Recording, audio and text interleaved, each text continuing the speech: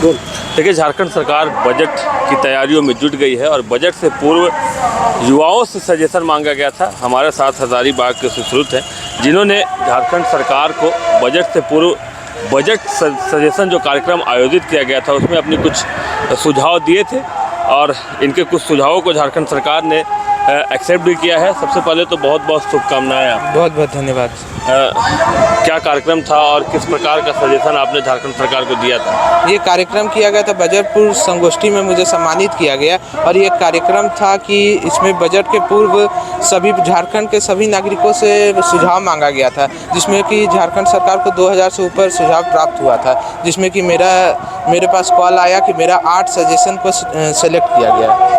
क्या क्या सजेशन आपने दिया था? मैंने सजेशन दिया था, पहला सजेशन तो फूड प्रोसेसिंग डिपार्टमेंट से था कि जो मतलब फूड सप्लाई होता है गरीबों के बीच में बांटा जाता है, उसमें न्यूट्रिशनल वैल्यू के साथ वो फूड को सप्लाई किया जाए। ये नहीं कि सिर्फ धान मतलब चावल और जो गेहूं दिया जाता है, न्यूट्रिशनल वैल्यू के साथ मिलेट्स को सप्लाई किया जाए। सेकेंड था कि डिजिटल साक्षरता जो अभियान है तो उसको मतलब कोने कोने तक पहुंचाया जाए ताकि सभी लोग जो गांव में भी बैठे हुए वो लाभ जल्दी से जल्दी ले सके, डिजिटल डिवाइड ख़त्म हो सके। और तीसरा था कि हेल्थ केयर फैसिलिटी जो है वो कोने कोने तक टेलीमेडिसिन और एआई के थ्रू पहुंचे ताकि किसी भी नागरिक को झारखंड का हेल्थ केयर फैसिलिटी के अभाव में दिक्कत ना हो और दूसरे राज्य नहीं जाना पड़े।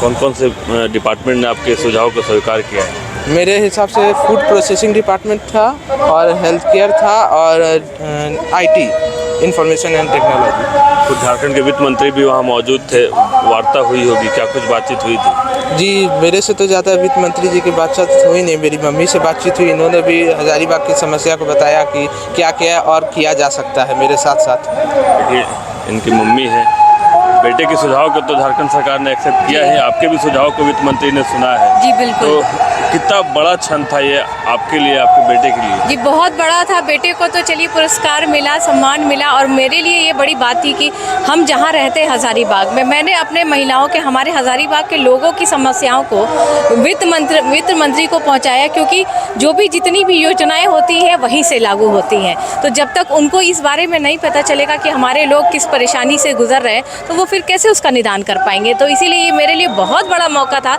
कि मैंने हजारीबाग के लोगों को, महिलाओं की जो भी समस्याएं थी, मैंने उनको साक्षर होकर के ये बताया। ये मेरे लिए बहुत बड़ी बात थी। सुना उन्होंने सब कुछ? भी बिल्कुल सुना, मेरा नंबर भी लिया और बोला कि नहीं, ऐसे कभी भी कुछ भी दिक्कत हो आप बेझिझक हमारे पास आ सकती हैं, आपकी समस्याओं को निदान किया जाएगा। देखिए, सुशील के पापा भी यहाँ पे हैं, बेटा दिल्ली भी गया था, अब झारखंड सरकार ने भी इनके सुझावों को माना है, कितना खुशी का पल? बहुत खुशी का क्षण था। हर एक पिता चाहता है कि उसका बेटा आने वाले अपने पिछला जनरेशन से काफ़ी आगे पढ़ लिख कर ये करे, तो हमको बहुत खुशी हुई इसमें।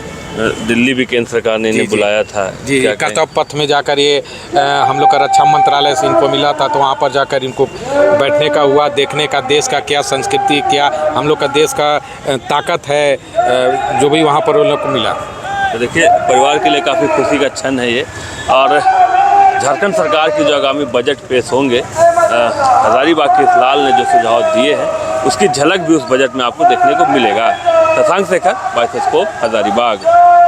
क्रिकेट के विश्व मंच पर छा रही हैं रांची की प्रतिभाएं।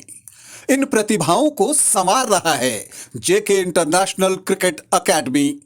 अनुभवी कोच की देखरेख, सुविधाओं से लैस जेके क्रिकेट एकेडमी अनुशासन और आत्मविश्वास का विश्वास भरा सफर।